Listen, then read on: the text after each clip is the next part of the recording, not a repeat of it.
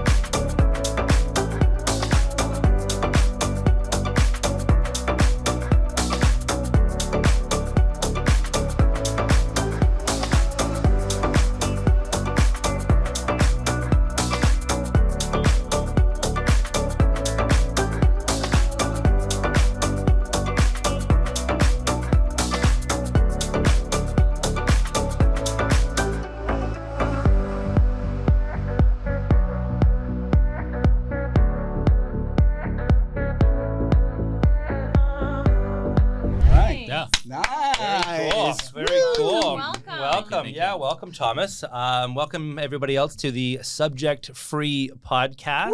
Woo! Brought to you by Legacy Brew. I got it this time. I got it this time. Nice. In the car, I was like, remember Legacy Brew? Remember Legacy Brew. I'm Adam. This is Viv, Alan, and we have a special guest with us today, Thomas Park of Reitium. Yes. Thomas. And not... Anyways, just realtor for 20 years. That's good enough. Yeah. And so, Thomas, I mean, before we get into what you're doing in the investment space, and it's a really unique, novel concept that I think you're first in class to be able to do what you're doing right now. Just tell us a little bit about your career before this. What led you to this point today? Absolutely. Thank you. So it's kind of funny. Been a realtor for 20 years. Done very well with real estate. And make the rich richer through real estate, but majority of the people can't get into real estate.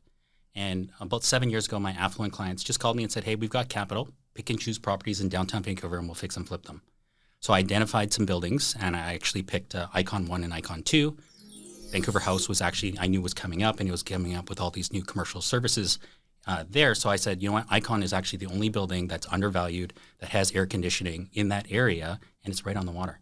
So what my clients did is they bought a couple of units, they renovated them and fixed and flipped them, and I made them $1 million. So great for them. Yeah. So I have family dinner with my mom and three older sisters. I know the story here, but I love this. Yeah, so I family dinner with my mom and 3 sisters every week. My mom was like, you made your clients $1 million? I'm like, yeah, that's what I do, Mom. She's like, here's $30,000. Go make me $1 million. I'm like, Mom, I can't do anything with $30,000. Same problem. Yeah. People have a little bit of money, want to get into the markets, but can't. So my mom is like me. This is where I got all my sales skills, is through my mom. So my mom goes to church, comes back a week later and says, okay, I've got 6 girlfriends. We all have $30,000. Go make us $1 million.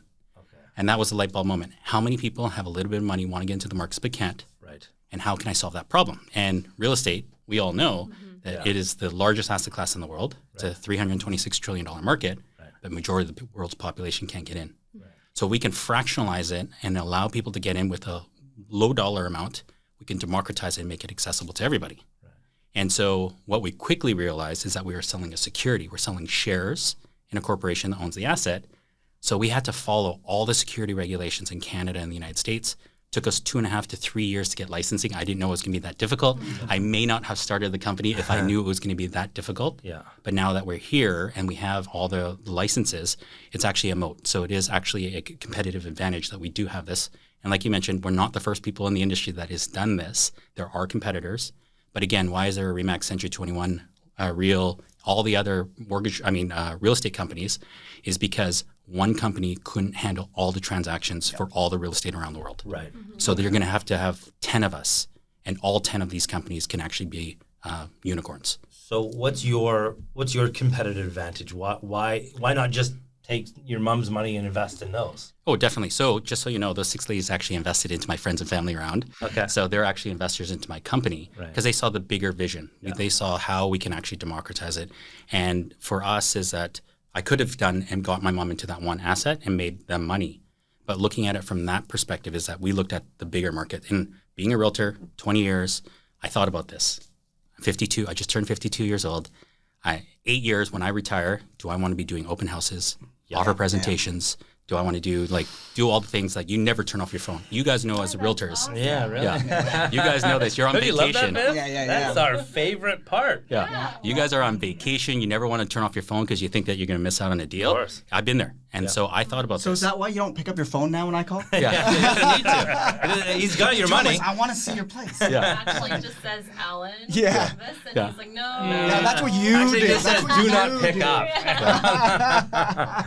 But so I thought about that. And we will never sell our book for a 1x multiple, 5x multiple, 10x multiple. But prior to real estate, actually I was in the tech industry. So I was in the selling computers in the early 90s. Late 90s, I started a web development company. So we did web development, e-commerce, online marketing, went through the dot-com boom and bust. And then September... Condos.com. Yeah, VancouverCondos.com. VancouverCondos.com, yeah. And so looking at it, when I got into real estate, actually, that's when they were transitioning from the books. People would drive around neighborhoods to actually see if that were properties were available. They would look for realtors putting their open house signs to see So being from the technology aspect of it, I could build my own website. I could do my own marketing. I thought about this assignments. I built a company not a company, but a website called eassignments.com. I sold 120 units in 1 year just all through assignments, which was amazing. Yeah. And then I bought the name VancouverCondos.com from a lady that actually owned the domain name. She worked for Concord Pacific, registered it a long time ago, and then basically needed cash. She was no longer a realtor, and so I bought that domain name. I built a website for every building that there was in Vancouver. And so you would have all the listings, you would have reciprocity, you'd see all the properties for sale, we'd put all the sold listings, everything. And so that generated a lot of leads. I actually had a team, but what I realized of having a team is actually it's babysitting too. Yeah. Oh, yeah. Because at the end of the day, realtors are all independents. And I always said, if I can clone myself, that would be great, but myself wouldn't work for me. Yeah. Because they're an entrepreneur, they'd actually probably start their own company and work for somebody else. Of course. So I decided that I would look at technology and how can I merge two industries I love, which is technology and real estate. And that kind of folded into what I built with Reitium. Was this always in the back of your mind, and then your mom kind of, was the spark that lit the fire? Well, when you guys meet people are always saying, real estate's so expensive, I'll never be able to afford to buy it. Yeah. Or I'd love to buy it, or I'm saving money, but I'm missing out on the market. Or, it's how can I wash this money? And so when you look at it from that perspective, is that everybody that you talk to, and majority of the people that you talk to, can't buy. And so it wasn't literally like I was thinking about that, but I look at opportunity. And when you look at it from the perspective is, I heard this quote, and they said, how many red cars did you see when driving into this office today? No idea. Didn't pay attention. Exactly. I saw 3. Yeah.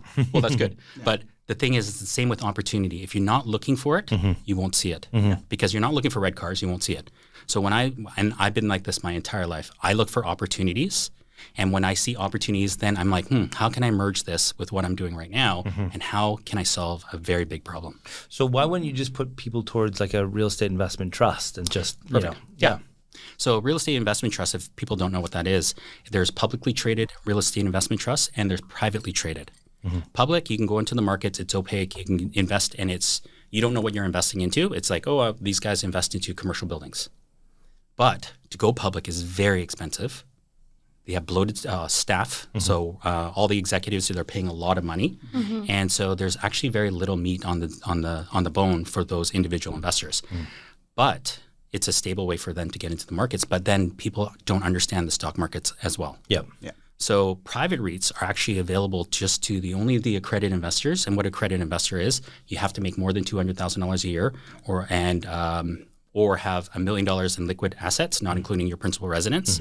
And so it really eliminates majority of the population. And the minimum investment is $25,000. Right. So it really then eliminates anybody to get into the private REITs because it's a paperwork nightmare. Right. It's documentation. And so it takes an hour and a half to 2 hours to onboard one client. And so they don't want to take $100 investment for a private placement, but they get better returns. Because our technology we digitized and automated that whole entire process. These EMDs, if you guys don't know what an EMD is, it's exempt market dealers. They sell securities in Canada. We are registered right across Canada, and that people can actually invest into private placements, private real estate, and get better returns. And then, but again, it was the friction point was the documentation. Because we digitized and automated it, now they can take lower investments using our platform. And so we have a lot of these EMDs actually white labeling our tech. Interesting. And where does blockchain fit into all of this? So when I was selling computers in the early 90s, I would sell 10 computers a day. My colleagues would sell one. It's because I made something very difficult, very easy for people to understand. So we actually took blockchain out of all of our marketing. You might see like one word of blockchain. We don't focus on it because confusion leads to no. 100%. So Yeah, I don't even understand. That's usually when I stopped listening to you. So. yeah. Be like blockchain. I'd be We're like, a simple group here. We don't really get involved in too much smart stuff. Yeah. So blockchain actually runs, and so if you look at this as a server, and this is a bank, we all have our money in this bank. One hacker gets in, steals the money. Basically, they can steal all that money by just going after this one bank. But what blockchain does is that the information that I have 1,000, you have 10,000, you have 100,000, you have $1 million in your bank account, that ledger that has all that information is on one database. What blockchain does is that you see all these bottles. Imagine 1,000 of these bottles around the world with the same ledger. So if somebody breaks into this one ledger and changes that ledger saying all that money's gone, It's still everywhere else. Exactly. So what it'll do, it'll check all the other computers, and if it's not right, it will not let that money leave. So it's a security measure, then essentially is what it is that's Absolutely. backing the money. Yeah. Okay. So what happens is that when somebody makes an investment, so what we do is that we put your information, like how many shares you bought within that property. So we put that on blockchain. We put the when you sign your contract on blockchain. We put in how we accepted your money, when we did your KYC or FinTrack, when we did your AML, all on blockchain, so that we know that Adam put in $1 million into let's say $5,000 into this asset. We know. I love how he looks at me and changes $1 million to $5,000. He's like $1 million. He's like, you know what? Let's just say 5 G's because that's what we're probably dealing with here. Thank you, Thomas. No. So the crowdfunding platform, the crowdfunding rules in Canada only allow the retail investors to invest $2,500 maximum. Okay. So if I said $1 million, it just doesn't jive with what we're doing on the security side. Right. So that's why I said Thanks $5,000. Good Thanks for saying on that one. Very nice. Yeah. Okay. All right. Good. He's been See, media guys, I would trained, invest right? more. I just can't. Yeah. Get off my It's back. illegal to. It's illegal, Yeah. guys. Unbelievable. Very nice. I will take your $1 million gladly. But So Thomas, you weren't first. Yes. Who was first in the space? So there's actually some players in the United States that actually are the players, but they were focusing on one segment of the market. Where we're different is that they require the individual issuers, those are the people raising capital, to be compliant. We built our compliance engine in as a marketplace. So you have people that want to raise capital for their deals, and the types of deals that you can invest into on our platform are going to be short-term rental funds, senior housing, student housing, self-storage, multifamily, new construction, hotels, motels, mobile home parks. And we want to give those individual investors a truly diversified real estate portfolio. And what that means is if Viv wants to actually invest, we're going to teach her what recession-proof properties are on our platform. So if you're investing into single-family houses in rural areas and there's something that happens within the market, rates go out through the roof, everybody starts moving back to the cities, your risk is actually a lot higher because you focused on one aspect of the real estate market. Of course, yeah. So, Makes but sense. if you look at recession-proof properties, which are senior housing, student housing, multifamily, self-storage, and mobile home parks, you can get into those assets and basically, if you put your money and spread it out to all these different assets, one might drop by 2 to 3%, the others might go up by 4 to 10%. You diversify, Yeah, essentially. exactly. Yeah. So that's why we're different from a lot of other of our competitors is they're focused on commercial properties, might be industrial. We're focusing on income producing properties that will generate a return for our investors and give them a dividend and also appreciated value. Do you have like a target rate that you try to hit, or is it can fluctuate? It can fluctuate. So depending on the asset itself. So equally as important that you're investing into the platform as you're investing into the GP, the general partner that's managing the asset. Because that's equally important because if you have a bad operator, your returns, they're projecting to be returns, let's say 7 to 14%, you can get 2 because you have a bad operator. So we actually have a third-party company that vets every single deal that comes into our platform. So they'll vet who Viz is, her background, her past performances. Then they'll look at the offering document. Then they'll look at your pro forma and make sure. And if you pass this investment committee, then we'll list you onto our platform. So we want to mitigate risk. Now, everybody has to sign off on risk acknowledgement. This is a risky investment. You may lose some or all of your capital. But with real estate, the great thing is it's an asset. Yeah. People invest into crypto. It's actually not backed by anything. Well, some say it's backed by the USD, but let's say Bitcoin is not. It's not backed by anything. Right? It's just the store of value. But with real estate, you're actually investing into a real life asset that it has title. It's a corporation that owns the asset, and then you are a LP, which is a limited partner that actually owns part of that asset. And so when you invest, is it one fund, or can you pick like I want mostly income producing, I want a growth? Like with different fund managers, obviously they have different portfolios. Is it just one, or do you have different segments? So you can actually, on our platform, you might see one deal and it might be one multifamily with a fourplex. Okay. So you can invest into that. Or you can invest into a $5 million fund that's actually investing into self-storage, and they might have 3 of them. Okay. So it's you to decide what you invest into. Our whole thing is financial literacy. We're going to show you what income-producing properties mean, what cap rates, IRR, all the things that you don't know or you don't learn in school. We want to teach that. Okay. And so that we want to make sure that people can make their own decision as to what they want to invest into. And so, people will still ask questions. We cannot give them guidance to say, hey, you need to invest into Alan's multifamily property development. Basically, they have to look and then, the videos. I was actually going to pitch you that off camera. Perfect. Yeah, we can put it. But we're going to have videos, all legal documents. You'll get to see who the operator is, past performance, all that kind of stuff. So you can make an informed decision based upon all the information that we provide. And that can be with as little as $100? Correct. Okay. Yeah. So the issuers, the people raising capital, you can do $100. You can set your minimums to whatever you want. You set it to $500. You can set it to $1,000. We just said $100. We could take it down to $1. It really doesn't matter to us. Yeah. But we just said minimum $100. People can invest and then get a return. We're going to teach compounding interest. So your dividends that you generate from that asset, invest into another property, and then you get that compounding interest. The eighth wonder of the world by Einstein. It's because sorry, go ahead, Al. I was just going to say, so the way it works, you get your quarterly dividends. Okay. And then after if you sell the property down the road and you still own the shares, you get the appreciated value. Amazing. So if the market goes up by 5% every year and you've held that property for 5 years, you have a significant growth within your investment. And again, if you left that money in the bank, so this is the whole idea. So my mom, single mother, raised 4 kids on her own, thought her whole life she thought was putting her money in the bank account and collecting interest was the way she was going to grow wealth. And if she had a platform like mine and I could teach her financial literacy, I could teach her compounding interest, she could have gone into her real estate investment journey a lot sooner and build her wealth and then gone into whole ownership later, a lot quicker. Like she got real estate later in life, but at the end of the day, I could have got her there 10 years before that. Yeah. I actually did notice on your Instagram, you have a large part of it is just dedicated towards financial literacy. Yeah. There's nothing really about your fund. It's really, I'm not too sure who, I can't remember the name of the lady, but she teaches, Laura teaches just about finance, period. Yeah. Yes. And so is that part of this? Is there an educational component that you provide when you have an investor that's putting in money? Definitely. So the other component that we are doing is that we're partnering with a lot of financial literacy companies in the U.S. And so they're actually providing us with a lot of information for free because they want to teach financial literacy. That's their give back.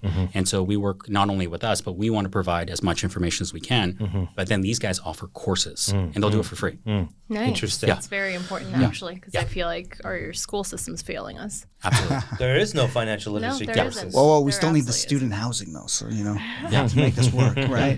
Yeah. So educational marketplace where investors can diversify. Absolutely. Now, when you get to a point where you have because I know it's still at the beginning stages, right? We're ready to launch in U.S. soon, Correct. right? Yeah.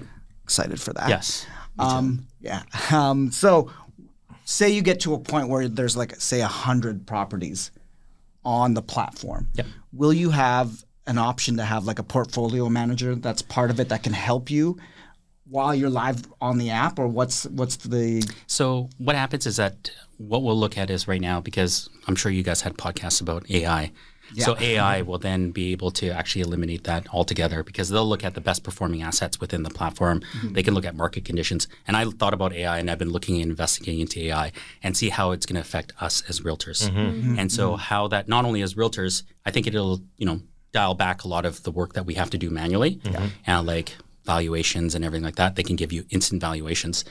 But that's happening already. Yeah, and that's what I see in our side as well, is that now you won't have to have that investment advisor. They're like, okay, I've got $1,000 and I want to invest it. I want to diversify portfolios, so that you just actually enter on all this information.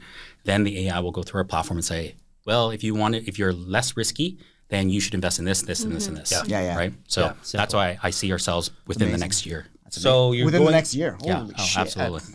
I mean, pretty fast. I believe it. Yeah. So you're going into the States. This is the next frontier, which is obviously a huge frontier. Yeah. What are you excited about with what's going on in the States right now? Yeah, so it's kind of interesting. I got to, and I was telling Adam a little bit earlier, but I got into a fintech accelerator out of Tampa called Tampa Bay Wave. Two of my advisors, and they might watch this podcast, but they told me not to do it. But I said, unless you're giving me money to actually invest into my company, I'm doing this because it opens up networks. We know that as realtors, we have huge networks. But how do I tap into other networks that are outside of Vancouver? And if you get into an accelerator, you're actually one of maybe 200 companies that get in. And so you're actually pre-vetted, because they see the potential in your company and they want to help. Yeah. And so what they do is that they actually look at, they bring in speakers, they look at your cap table, they look at your documents, and then they say, hey, this is where I think that you guys need work, and we're going to put mentors in to help you. And so I went through this fintech accelerator at Tampa. We did our demo day. Laura, my co-founder, which you just mentioned, flew down, and then we actually called everybody that we knew in Florida. And one of the guys actually worked for one of the regulators in Montreal, now lives in Boca Raton. And he's like, yeah, let's go for lunch. And so he gives me a book about compliance. His wife gives me the book, and his wife says, that's going to make you fall asleep. And I said, absolutely not, because our whole platform is about compliance. And so I literally got excited. As soon as I got back to the hotel, I read the whole thing in a night. And what dawned on me, which was very interesting, is there's 3 different types of crowdfunding platforms. One for equity and debt, which is ours, which is highly regulated. The other 2 is GoFundMe. Everybody knows who GoFundMe is. It's for donations. And also Kickstarter. Everybody knows that. But what was interesting is the other 2 are non-regulated. So donations, non-regulated. Yep. Because there's no, and also Kickstarter, non-regulated, because it's not the intention. So how the security regulators look at any investment is that if you're expecting a return, then basically it is a security. But with a donation, there's no expectation of a return. Yeah. But I was just like, my platform already does the other 2. We already built it. And so it was very interesting. Part of my real estate network, I won't say company, but for the last 3 years, I met a guy that's in my real estate mastermind, and he sells churches in the United States exclusively. And we have 2 dudes like that here, right? Yeah. Do we? Yeah, I've never met, in my 20-year career, I've never met a realtor that exclusively sells churches. So he's got 88 churches for sale in the U.S. His name's Dan, and it was interesting because I've known him for 3 years, but I just thought it was interesting that he sold churches. But because of this new information that I got, I went to this real estate conference in Vegas, and he was there, and I just said, okay, Dan, I've got some questions for you. I'm like, why do churches sell? And he said, they're either getting too big or too small. I'm like, okay, how do churches make money? He said, all based upon donations. And it's based upon how many members they have in the church. And I said, well, how do you value a church? And he said, full replacement costs of the church and the land. Church makes no revenue, So there's no cap rates or anything like that. So I thought that was interesting. And I said, what are they zoned? And he said 70% of all churches in the United States are zoned residential. Oh. The other thing was I asked, what was the third? The other one was, okay, so residential, commercial, okay. And then, so I said, okay, I've got an idea. Why don't we build community centers, daycares, and affordable housing on the excess church land in the United States? There's 375,000 churches in North America. 40% of all churches actually have excess land. Yeah. But they don't have capital to build it, nor do they have the experience or expertise to do it. So I said, why don't we bring in my platform? We can raise capital through donations. So because those churches are registered as 501c3s, which are nonprofits in the United States, that they can get 100% tax receipt. So high net worth, family offices, corporations can donate. And because a lot of these high net worth family offices made their money through real estate, it actually aligns with their donation side, which they're not expecting any returns, but it's a give back. Yeah. So when they look at it, they're like, oh my gosh, this is amazing. And we've got our first test pilot in North Las Vegas. We're building a gymnasium basketball court with 36 one-bedroom homes that are specific to veterans. So we're getting affordable housing grants. We're getting veteran grants. We've got the former Attorney General of Nevada supporting us. We've got the Lieutenant Governor supporting us as well. And they're going to introduce us to all the corporations in Nevada, like the Vegas Golden Knights and all these big teams and the casinos, because it aligns with how they made money, which is real estate. And so what Reitium does is that we raise the capital. If we don't raise enough capital through the donations, we can do equity and debt. So meaning the normal crowdfunding platform that we have. But in the US, the maximum amount on the crowdfunding is $5 million. In Canada, it's only 1.5 million. So it allows us to raise a lot more capital. And now the community is actually then can actually invest and get impact investing. Maybe the returns might be a little bit smaller, but they feel like they're doing something positive. Yeah. The church becomes valuable to the community because now they have the community center daycare, maybe the commercial kitchens and the medical facilities that they build on the commercial. And then the young families, single mothers, new immigrants, seniors and veterans that are staying in the affordable housing can then be invited into the church so the church can replenish the new members coming into the church. And then that church that's been there for 75 or 100 years can be there for another 75 to 100 years because the rental income comes back into the church. And so they're no longer just waiting and like, oh my gosh, we don't have enough people in our church, so we can't support the land and the church. And now, because of all the services that they're providing, now the church generates revenue. So has any other churches done this in the past, or are you starting something brand new? So they have, and it's very, one good example is here in Vancouver, which is the Butterfly. So the Butterfly is actually on church land. That's right. But the problem is, about that. Wow. But the interesting part is actually we just brought on an advisor, represents some huge family offices here in Vancouver, deals with all their donations, knows everything about that, told me, I'm going to introduce you to the pastor. The pastor is actually now out. But what had happened was it split the church because they allowed West Bank to build a $3,000 a square foot building on their lot, which doesn't align with the church. They got a one-time payment, but it, and the renovations for the church.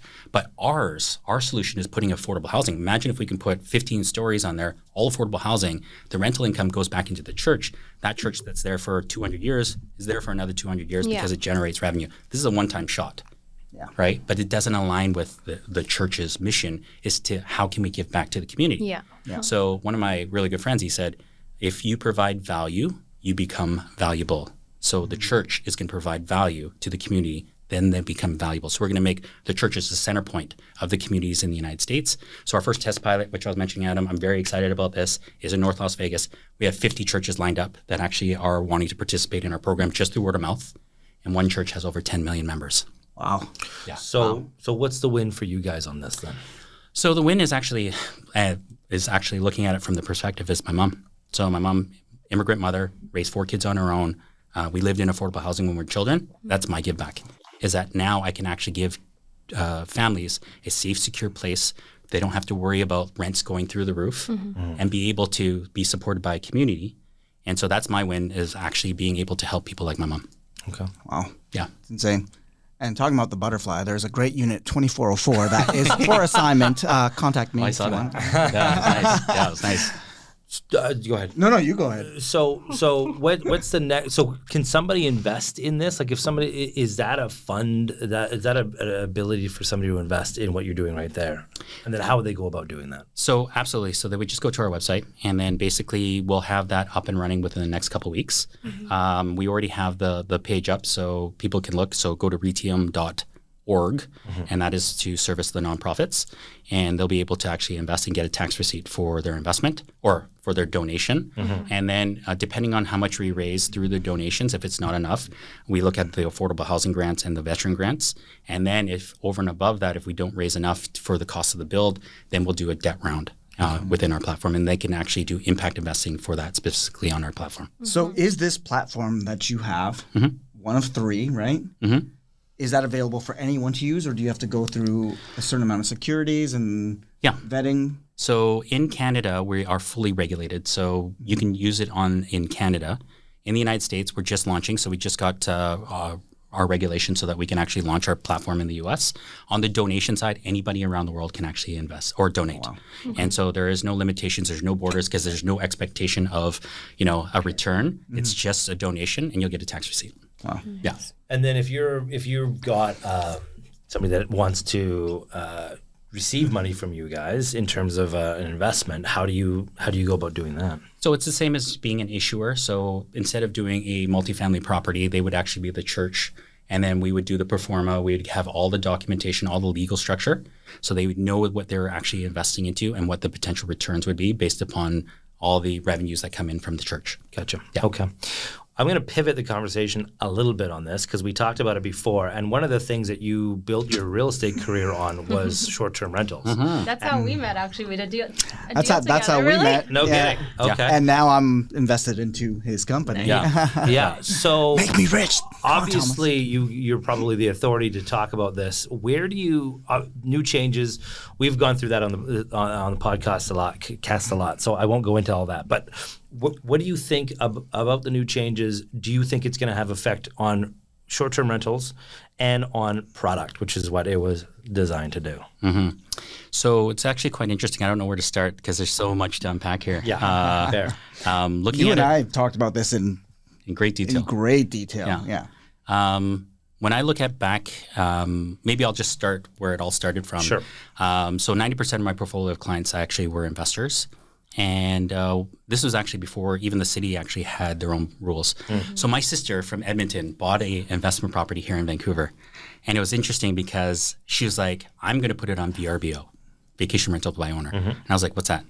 And I didn't know what it was. And she's like, well, I'm in Edmonton and your office is right here and my property is right upstairs. So if I have any problems, can you help me? And I'm like, yeah, absolutely. So it was interesting because I had a 1-bedroom sitting in the Firenze building, fully furnished. I was paying the property taxes, maintenance fees, everything, like internet, cable, everything. I had all my clothes in there, and I was living with my girlfriend in Yaletown in a townhouse. And basically, anytime I got into a fight, I would just go back to that 1-bedroom, like my man cave. She hated it. You're back. Yeah, she hated it. But I saw my sister's revenue from that 2-bedroom apartment in España. And you never fought again. And no. And I was just like, oh my gosh. I'm like, what am I doing? My property's been sitting there vacant for me to have a man cave.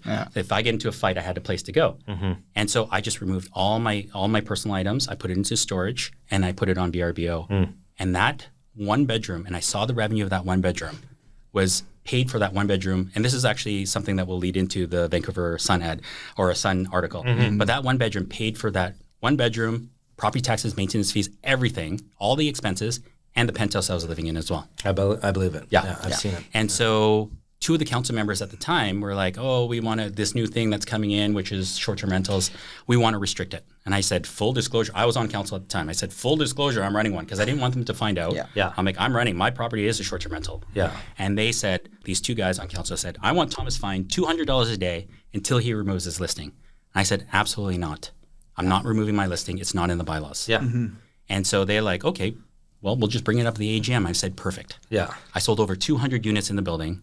So I called up every single one of my clients. And I said, hey, the owners are actually trying to put in a rental restriction. We are a big building, 446 strata lots. And a rental restriction will impact the value of your property. 100%. Investors, if you do not come, to the AGM, you're going to allow the owners, the other ones that are actually coming to the AGM to dictate the value of your home.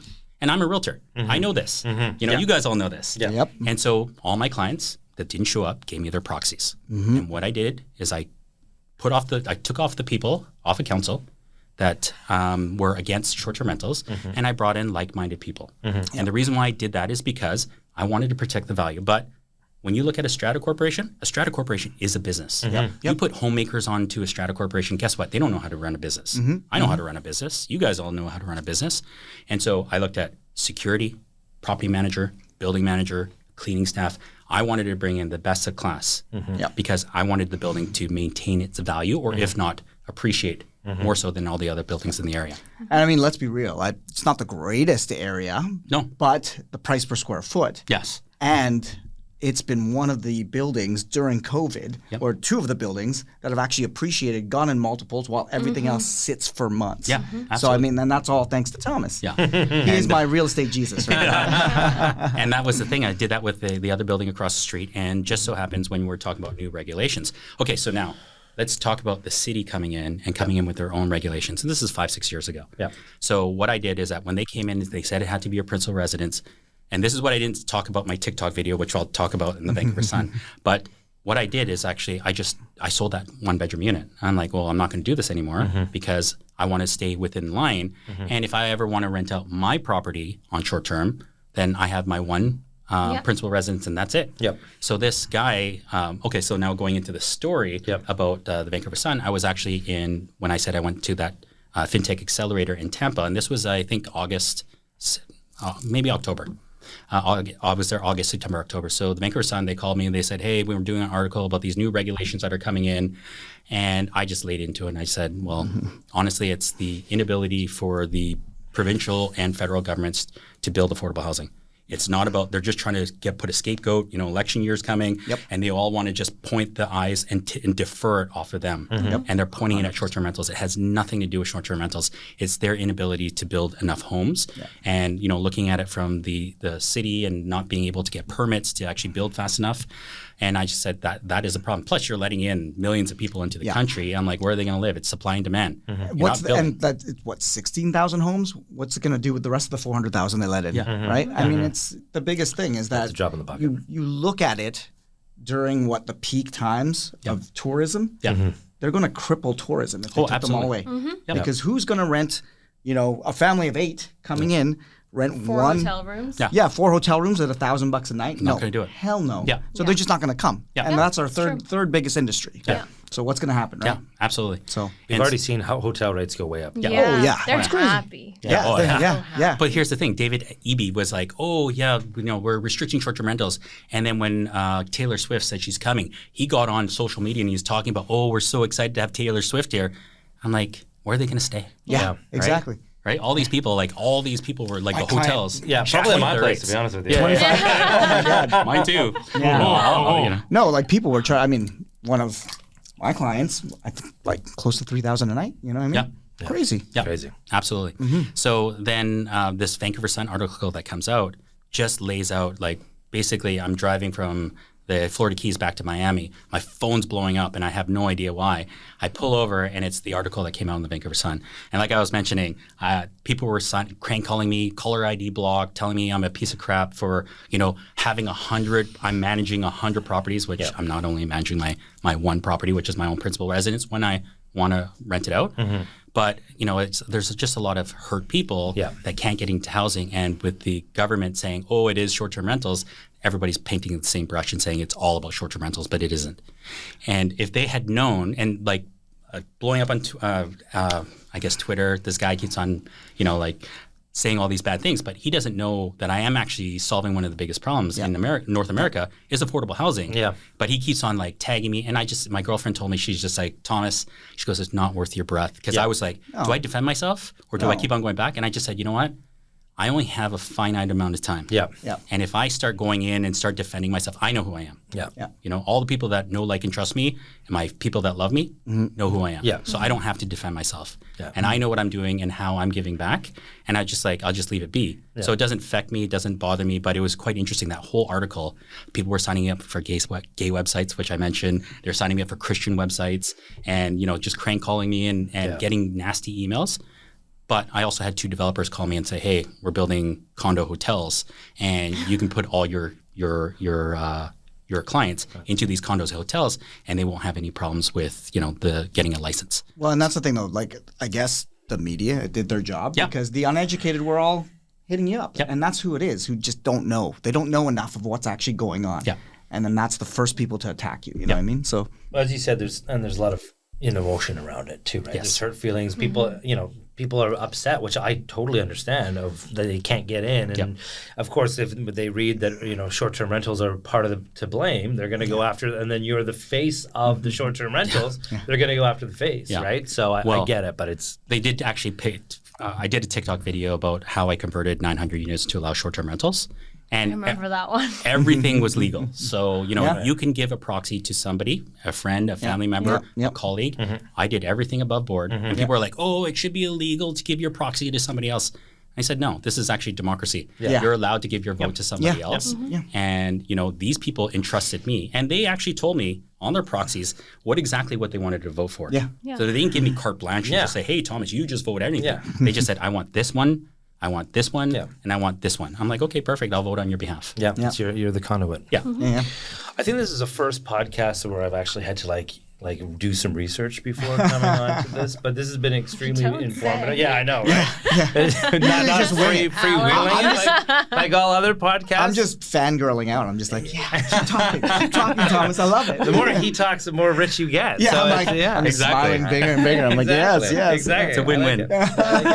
Than's so much for coming on our podcast. Are we done already? Jeez. That went fast. That went very fast. We got to have you back. Yep, absolutely. And when's the launch in the States?